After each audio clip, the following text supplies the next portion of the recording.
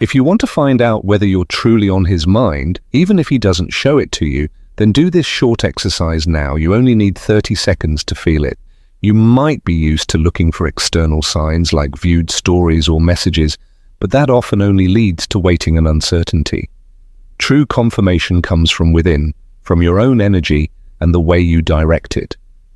Carl Jung showed over the years that a thought, combined with the right emotion, changes the chemistry in the brain and triggers unconscious reactions in the other person. When you apply the 33-second routine, you'll notice that something changes in him and in you without you having to chase him.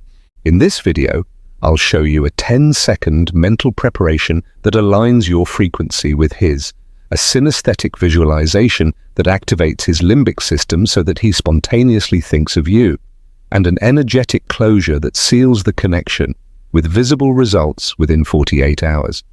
Don't believe me, believe the dozens of women in this community who are already using this technique and receiving unexpected messages, calls, or gestures. You will be the next. Stay until the end, because I will guide you step by step through the process and share the most common mistake that prevents success in 90% of cases. If you're ready to reclaim your feminine power and finally feel the certainty that he's thinking of you, without begging, without guessing, then take a deep breath, because your proof starts now. If someone suddenly appears in your thoughts without you planning it, that's no coincidence. But if you keep appearing in another person's thoughts without saying or doing anything, that is a real energetic connection, and that's exactly what we're working on here. Before I show you the 33-second technique, you need to understand why it works and why it hasn't worked so far. Because yes, you may have already tried to connect with him. You have thought about him intensely, visualized, meditated, spoken affirmations. But why was there no reaction? Why didn't you receive a sign? The answer lies in your vibration at that moment. From what inner state did you send it? Most women make a mistake here. They act out of lack, out of fear or doubt. An energetic response cannot be activated when your field is focused on absence. When you desperately wish for something, you're telling the universe, I don't have it. And that is exactly what gets amplified. What we're doing in this process is fundamentally different. Carl Jung speaks about a central principle of deep psychological manifestation. It is not the external that controls your thoughts. Your elevated thoughts create a new reality. Neville Goddard adds, you do not manifest what you want, you manifest what you are. This means if you fully enter the state of I am already on his mind, and your body feels it as physical reality, then that message is transmitted. Your electromagnetic field changes, as does your biochemistry, and this creates an echo, a resonance that the other person feels, even if he doesn't know why. He doesn't have to believe in it, he just has to be human. But this does not work in theory. It only works if your body experiences it as if it has already happened. That is why this video is not about just listening, but about feeling and applying it. We activate 3 central centers in you: the conscious mind, where we set the focus with clear intention; the heart, your emotional center that amplifies the signal; and the physical body, which stores the energy as if it is already reality. When these 3 points are aligned, such strong coherence arises that your projection is no longer a wishful thought, but a clear signal. This is not magic. This is applied biology, energy, and consciousness. Before we begin the practical exercise, you need to ask yourself a very honest question. Are you ready to let go of the fear of whether he is thinking of you, to find out that he actually is?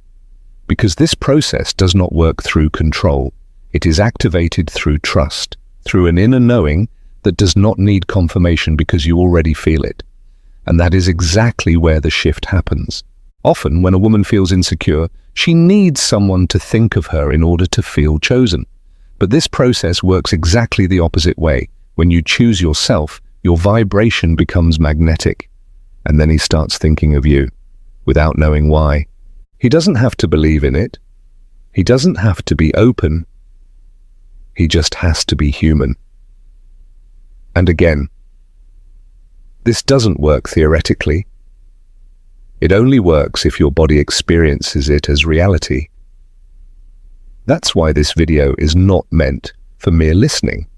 There exists within the psyche a subtle mechanism by which we are connected to others, an unspoken link that defies space, time, and rational interpretation. We often dismiss the moments when we suddenly think of someone and then receive a message from them shortly after. Or when we wake from a dream where they appeared, only to find ourselves affected all day. These are not coincidences, but echoes of a deeper resonance, one that is born not of the mind, but of something far more ancient, more instinctive, and profoundly symbolic. To feel when someone is thinking about you, particularly when love, longing, or unresolved emotional bonds are present, requires a detachment from external noise and a return to the symbolic, intuitive faculties of the psyche. This method begins with an act of stillness, not the absence of movement, but the presence of attention. You sit not merely in silence, but in conscious retreat from the persona, the surface self that speaks in rehearsed tones and moves by conditioned patterns. In this stillness, you allow the unconscious to rise, not as a flood, but as a whisper, barely audible through the static of everyday thought. To reach this state, close your eyes and begin to observe the movement of breath, not to control it, but to feel it. Let each inhale be an invitation to descend, each exhale a release from what is not essential. Do not seek to force images or thoughts, for that is the work of the ego. Rather, allow the images that naturally arise to emerge. They may not be clear or even logical, but they are the language of the soul, and they speak of truths the mind often ignores. Once you are in this receptive state, bring to mind the person in question, not through desire, not through memory, but through energetic presence. Do not imagine what they are doing or saying. Instead, feel the field they occupy in your inner world. How does the space shift when their essence is invoked? What color, sound, or feeling arises spontaneously? The psyche does not lie, it cannot. It offers impressions unfiltered by judgment or cultural narratives. If in this moment you feel a sudden warmth, a tightening in the chest, a wave of sadness or joy that does not belong to any current event, do not ignore it. These are psychic impressions, born from the deep web of emotional and symbolic connection between two souls. They speak in the only way such truths can be conveyed, through archetypes, emotion, and intuition. When he thinks of you with intensity, with a longing that transcends his awareness, that thought is not contained within the boundaries of his skull. Thought, when charged with emotion, becomes energetic movement. And like all energetic movements, it echoes outward, it seeks resonance. If you are open, if your psyche is attuned, you will feel this ripple, but only if you are not entangled in your own projections. Only if you are willing to receive not what you want to feel, but what is actually there. This is why you must approach this method not with need, not with anxiety or desperation, but with calm curiosity. To feel when someone is thinking about you is not to eavesdrop on their mind, but to tune yourself to the collective field where emotional energy lives. And to do this with clarity, your vessel must be clear. So you cleanse yourself, not with rituals or affirmations, but with truth. You ask, what do I carry that clouds my perception? Is it fear of rejection? Is it the hope for something that may never come? Is it the illusion that his thoughts define my worth? You strip yourself of these illusions because they distort the signal. You do not seek confirmation, you seek resonance, and if you feel nothing, then that too is a message. The absence of sensation is not failure, it is clarity. It tells you that in that moment the connection is dormant, not gone, but silent, and this silence is not empty. It is fertile ground for inner work. For in the absence of his energy, you are invited to find your own. As you practice this method, patterns may emerge. You may notice that he appears in dreams before a message arrives. You may feel tightness in the chest during certain hours of the day. You may be drawn to certain places or memories unexpectedly. All of this is symbolic data, but you must resist the urge to interpret it too quickly. The ego wants answers, the soul seeks meaning, Let the patterns unfold over time. Track them not like a detective chasing facts, but like a mystic witnessing symbols. In time, a language will form, a private dialect between your inner self and the unconscious echoes of his presence. This method, therefore, is not a technique. It is an invitation to deepen your connection with yourself so fully that you become a finely tuned instrument for emotional resonance. It is not about him, truly. It is about the part of you that feels connected, that senses the invisible, that dreams without reason. This is the same part that knew as a child when someone was sad before they said a word, or when danger was near without any evidence. In this space you do not ask, is he thinking of me? You ask, what am I feeling that is not mine? You learn to distinguish your own emotional climate from foreign weather. You begin to notice when a thought or emotion is not born of your own mind. And you allow it to pass through you, acknowledging it without clinging, interpreting without obsessing. This work is not for those who seek quick answers or emotional shortcuts. It is for those who are willing to face the depth of their inner world and emerge with greater clarity. The man you feel may or may not be thinking of you in words or intentions, but energy is not bound by language, and in the field where the soul speaks, thoughts are movements and movements are felt. So you try this method not to control, not to seduce, not to confirm, but to understand. You try it because to feel someone at a distance is to know you are not alone, that even in silence something deeper is listening, that even in absence something unseen may still be reaching, and whether or not it is him, the one reaching back might just be you, reaching for the part of yourself that knows, intuitively and instinctively, that connection is not measured by proximity, but by presence. Deep intuitive resonance emerges when the mind is still, and the emotional field is consciously observed. This concept rests on the understanding that the psyche, when untethered from external distractions and the chatter of rational thought, becomes a receptive vessel for subtle impressions that are often drowned out by noise. To experience this resonance, one must engage in the practice of psychological stillness, not simply physical quiet, but a deliberate disengagement from reactive thought patterns and egoic concerns. This involves the cultivation of presence, a mindful orientation toward the here and now, where the conscious mind relinquishes its grip on interpretation, analysis, and judgment, and allows for the emergence of unconscious content. In this state, the psyche begins to open itself like a darkened theater awaiting a film. It does not fabricate the images but receives them. These impressions are not chaotic or random, rather, they are symbols, emotions, and energies that originate from the deeper layers of our being. When another person is emotionally connected to us, their energetic imprint can leave a residue or vibration that moves through this inner space. But this resonance is subtle. It is not a thunderclap of emotion. It is the faint whisper of a feeling that does not match our current context. To notice it requires a refined sensitivity, an awareness that has been trained not to look for validation or proof, but to simply observe and allow. The method of cultivating this intuitive state begins with recognizing how much of our mental and emotional energy is spent on projection.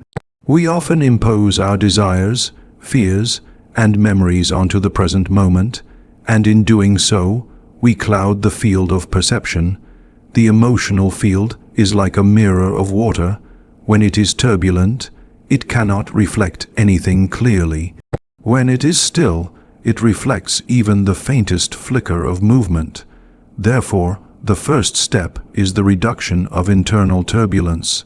This means withdrawing attention from the constant feed of external stimulation, emotional reactivity, and compulsive mental activity. Practices such as breathwork, meditation, dream journaling, and symbolic reflection can aid in this purification. Each technique is a different path to the same place, inner clarity. Once a degree of stillness has been established, the observer becomes attuned to sensations and impulses that seem to arise without cause. These may be sudden thoughts of someone, feelings of warmth or melancholy, or even physical sensations like tightness in the chest or fluttering in the stomach.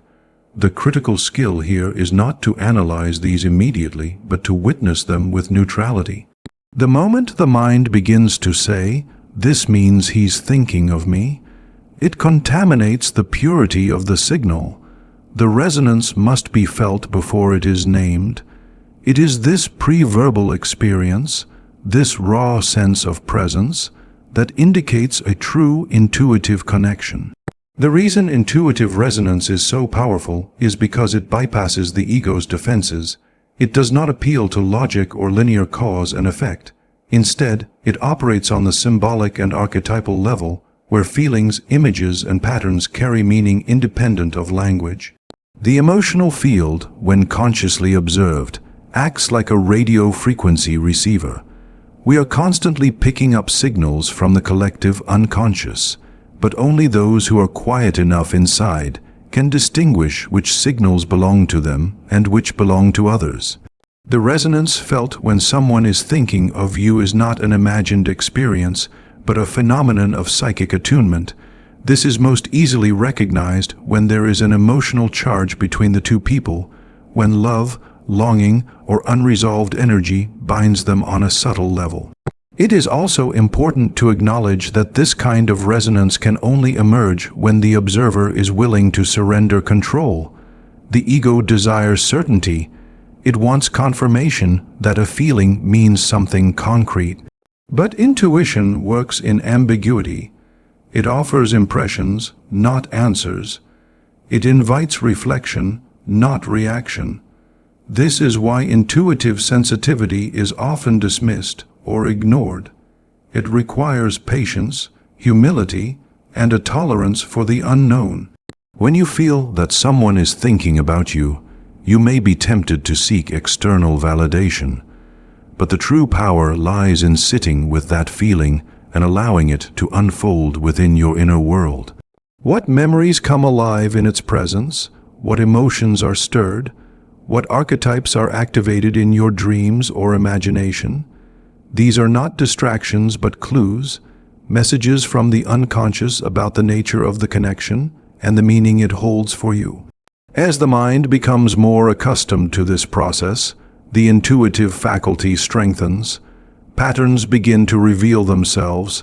Certain times of day may become associated with certain emotions. Specific bodily sensations may become linked with particular individuals. Dreams may offer symbols that, upon waking, align with real-world events or interactions. This is not magic, but the unfolding of the psyche's natural capacity for synchronicity. These experiences are best recorded and reflected upon, not judged or dismissed. Over time, a personal lexicon of intuitive resonance is formed. This is a deeply individual process. No two people will experience it the same way, because no two psyches are identical in structure or history. The practice of conscious observation of the emotional field also brings healing. Many of the feelings we carry are not entirely our own. They are inherited, absorbed, or projected. By developing discernment, we learn to differentiate between what arises from our own inner processes and what belongs to the emotional atmosphere around us. This clarity enables us to respond rather than react, to feel connection without losing ourselves in it.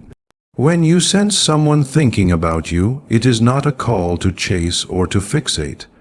It is an opportunity to witness the depth of the emotional link and to decide how you wish to relate to it. In this way, intuition becomes not only a tool for connection, but a path to self-knowledge. It teaches you who you are by showing you how you are affected by others. True intuitive resonance cannot be forced. It is the result of inner alignment.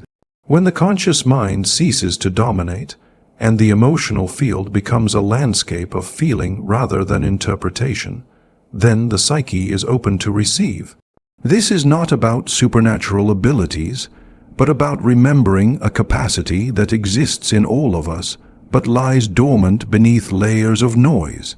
By practicing stillness and becoming a devoted observer of your emotional field, you reawaken this gift and begin to move through the world with a sensitivity that honors both self and other.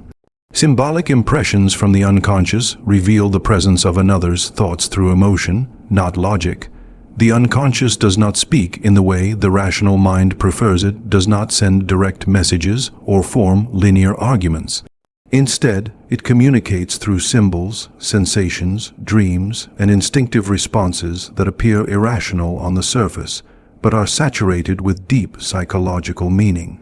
When someone you are emotionally linked with is thinking about you, especially with strong intention or emotional weight, it may not reach you through observable channels.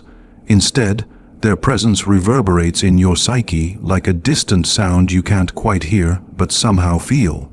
This is not an act of imagination, nor is it a coincidence of memory.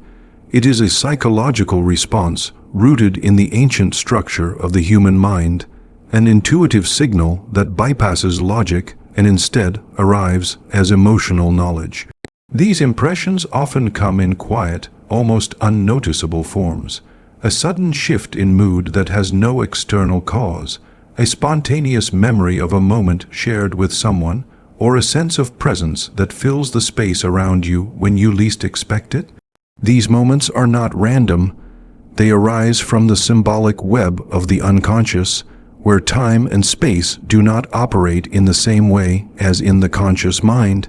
In the unconscious, a thought infused with enough emotional energy becomes like a stone dropped in a still lake. The ripples spread, and if you are attuned, you feel them even before you understand what they are. These symbolic echoes are the psyche's way of informing you that something meaningful is happening beneath the surface. To access these impressions, one must begin to take their inner world seriously. This means paying attention to dreams, to fleeting emotional reactions, to the body's responses, to those inner images that appear uninvited. These are the tools of the unconscious, and they do not lie. When you feel a sudden ache in the chest or a warmth across your skin that is unconnected to your immediate environment, the rational mind dismisses it as random, but the symbolic mind recognizes it as a potential message. The image of a door opening in a dream, the sound of a familiar voice with no source, the scent of something that reminds you of a person who is far away. These are all symbolic data points, small but powerful, encoded with emotion and meaning that the unconscious wants you to explore. The key is not to interpret these signs too quickly. Symbols do not yield their secrets to those who demand certainty. They unfold with reflection, with time, and with a willingness to sit in the ambiguity. You may sense that someone is thinking of you, but the feeling is not always confirmation of desire or longing. It could be regret, concern, unresolved attachment, or even conflict. The emotional tone of the impression matters. Is it heavy or light? Does it stir peace or anxiety? Does it arise with a sense of warmth or with confusion? These questions help you decipher the symbolic language. You are not just feeling emotions. You are receiving impressions shaped by the emotional landscape of another, filtered through your own psyche. This process is intensified when a deep bond exists. Emotional closeness creates a kind of psychic bridge, and through it, energy can pass more easily. When someone you love or once loved is thinking of you intensely, especially when their thoughts are charged with emotion, you may pick up on it not through hearing their words, but by feeling what they feel. You become a mirror reflecting their inner state, even if they are unaware of the energy they are sending out. This is not an intrusion, but a resonance. The unconscious is always reaching for harmony, for connection, for symbolic integration. When another person's thoughts carry meaning for your inner world, your unconscious receives them not as information, but as emotion.